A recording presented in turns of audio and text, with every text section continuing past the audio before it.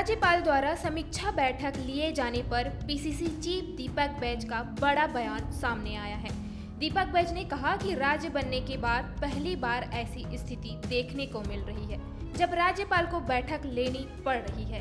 क्या सरकार दिल्ली नागपुर से चल रही है? ये रिमोट कंट्रोल वाली सरकार है। सरकार हर मोर्चे पर फेल हो गई है, इसलिए राज्यपाल को बैठक लेनी पड़ रही है।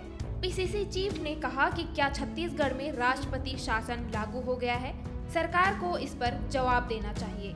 मुझे लगता है छत्तीसगढ़ में जब से छत्तीसगढ़ राज्य बना है तब से पहली बार ये स्थिति देखने को मिला है।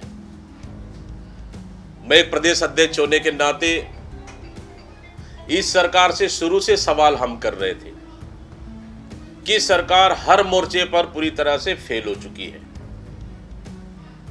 कानून व्यवस्था का मुद्दा को देख ले, चाहे सरकार की हर योजनाओं को देख ले, पूरी तरह से फेल हो चुकी है, नाकाम हो चुकी है। आखिर सरकार कौन चला रहा है?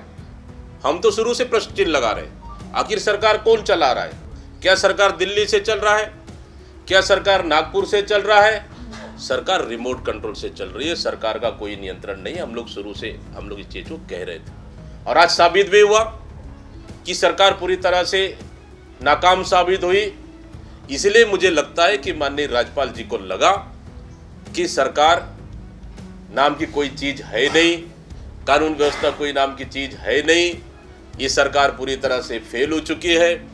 ये सरकार मतलब पूरी तरह से विफल हो चुकी है। इसलिए मुझे लगता है कि माननीय राज्यपाल जी जिलों में जाकर बैठकें ले रहे हैं और हो सके कानून व्यवस्था स्वयं संभाल रहे हो।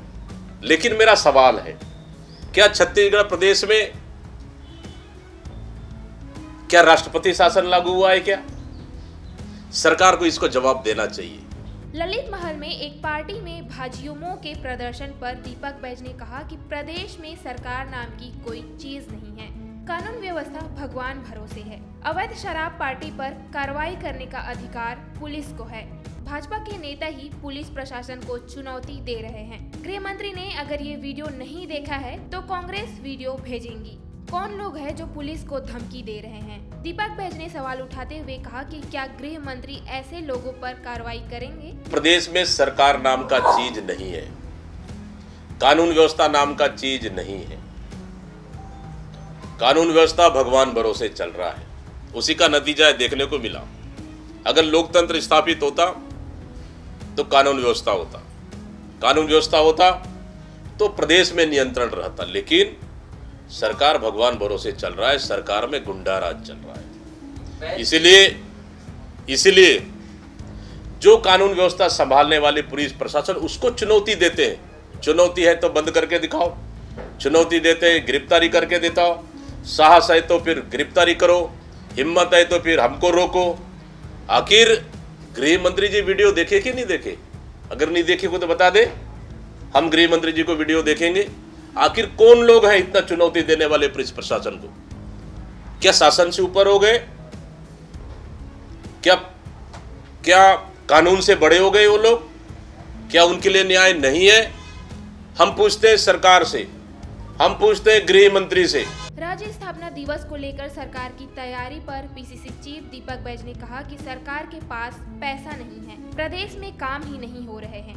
कांग्रेस सरकार के समय की योजना ही चल रही है। सरकार ने 30,000 करोड़ कर्ज लिया है क्योंकि सरकार के पास पैसा नहीं है।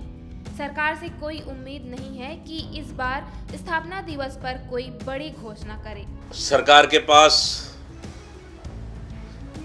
राज्य और जनता को चलाने के लिए पैसा नहीं है। प्रदेश के आप सभी जिले मुख्यालय में या जिले के अंदर गांव तक देखेंगे, एक भी काम नहीं हुआ है। कांग्रेस की सरकार की स्वीकृति योजना वही काम चल रहा है। उसी को भूमि पूजन, उसी को उद्घाटन, उसी को इनॉग्रेशन, उसी पे ही काम चल रहा है। नाम बदलना और नाम हटाना ही काम चल रहा है। इसके पास सरकार पास पैसा नहीं है। जातिगत जनगणना पर आरएसएस के बयान पर दीपक बैज ने कहा कि हम नहीं कहते कि इसका उपयोग चुनाव के लिए होना चाहिए, लेकिन सभी वर्गों को फायदा मिलना चाहिए। सभी समुदाय को अपनी संख्या जानने का अधिकार है। हमारे नेता राहुल गांधी ने भी मांग की है कि जातिगत जनगणना होनी चाहिए। भाजपा की नीयत साफ नहीं है। जिस जाति की जितनी संख्या उसके उस अनुपात में फायदा मिलना चाहिए। पीसीसी चीफ ने कहा कि आरएसएस को लेकर केंद्र सरकार को बोलना चाहिए कि जातिगत जनगणना कराएं। देश में विभिन्न जाति, विभिन्न संप्रदाय, विभिन्न समुदाय के लोग रहते हैं और जिसकी जितना आबादी उसका उतना हक मिलना चाहिए, हमारे नेता माननीय राहुल गांधी जी ने कहा। आखिर आप जातिगत जनगणना कराएंगे तो आपको डर किस चीज की है? आप क्यों डर रहे हैं? कराना चाहिए। हर समाज को, हर वर्ग को अपना समुदाय, अपनी संख्या जानने का अधिकार है। अरे तो आपके अधिकार क्षेत्र में है, क्यों नहीं कराना चाहते? आखिर डर किस चीज की है? हम उनसे सवाल पूछते हैं। इसलिए हमारे नेता माननीय राहुल गांधी जी ने कहा कि जातिगत जनगणना कराना चाहिए ताकि देश में सभी समुदायों का पूरी तरह से स्पष्ट होना चाहिए। लेकिन भारतीय जनता पार्टी का नियत साफ नहीं है। बुलडोजर मामले पर सुप्रीम कोर्ट की टिप्पणी पर पीसीसी चीफ दीपक बैज ने कहा कि भाजपा जहां पर भी है वो अपराधियों को संरक्षण दे रही है। बुलडोजर की राजनीति भाजपा कर रही है। कोई अपराधी है तो न्यायालय उसे सजा देगी, लेकिन भाजपा को कहीं भी अधिकार नहीं है कि वो किसी का मकान तोड़े। पीसीसी चीफ ने कहा कि ये भाजपा की उस मानसिकता पर तमाचा है जिसमें भाजपा बुलडोजर चला रही है। भारतीय जनता पार्टी की सरकार जहां जहां भी है, एक तो अपराधियों को संरक्षण दे रही है, दूसरी ओर बुलडोजर कार्रवाई कर रही है। अपराध किस परिस्थिति में हुआ, घटना किस परिस्थिति में हुआ, ये तो कोर्ट निर्णय करेगा। क्या भारतीय जनता पार्टी के नेता तय करेंगे क्या? अगर कोई अपराधी है तो अपराध है, अपराध किया है तो अपराधी है, लेकिन उसके घर को तोड़ना बिल्कुल भी न्याय संगत नहीं है।